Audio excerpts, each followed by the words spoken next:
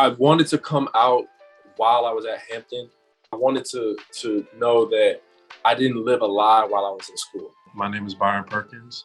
I am a defensive back at Hampton University, and I'm a senior at Hampton. I had my first kiss with a boy when I was like 5 years old. So from there on, I knew, well, this is how I feel. And I was pretty cemented in that. It only, came to my attention that it was not acceptable when I got older. When I understood, the terminologies that people were trying to put on me, that I really became more self-conscious about what I was doing at age. And that is where the mask started to develop.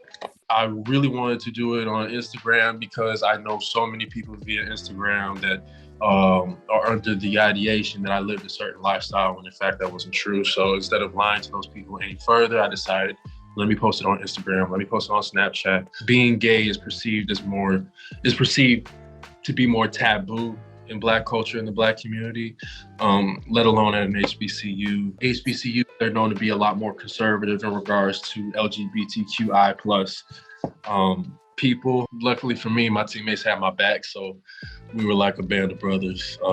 Anybody that kind of approached me, they had to approach the whole team. But it's more so about the people who don't have that safety net, who don't have that, that community of people who are willing to look out for them.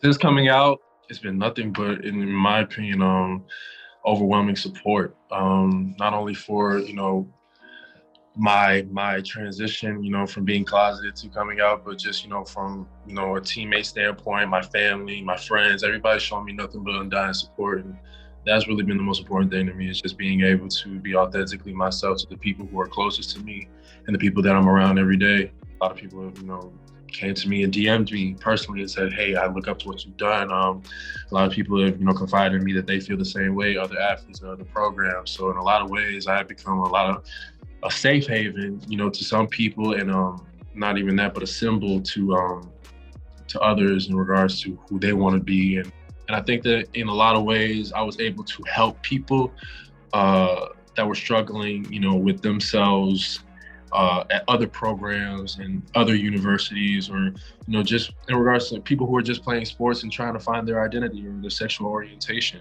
I dream of a world one day where there doesn't have to be a first anymore. There doesn't have to be a first at an HBCU. There doesn't have to be a first in the Marine Corps. A lot of times programs, in some cases, drop the ball in regards to protecting these students and protecting their mental health and making sure that they have the resources that they need, because being a student athlete is already hard.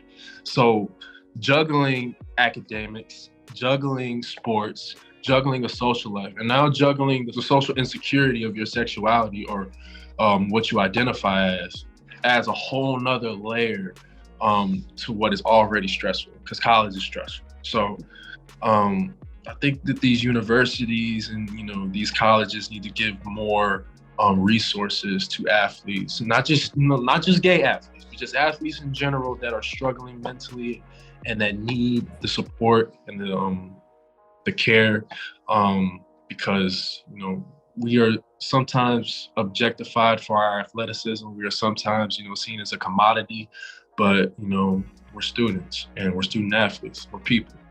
We live lives. So it's important that as we blossom, that the foundation of who we are is secure.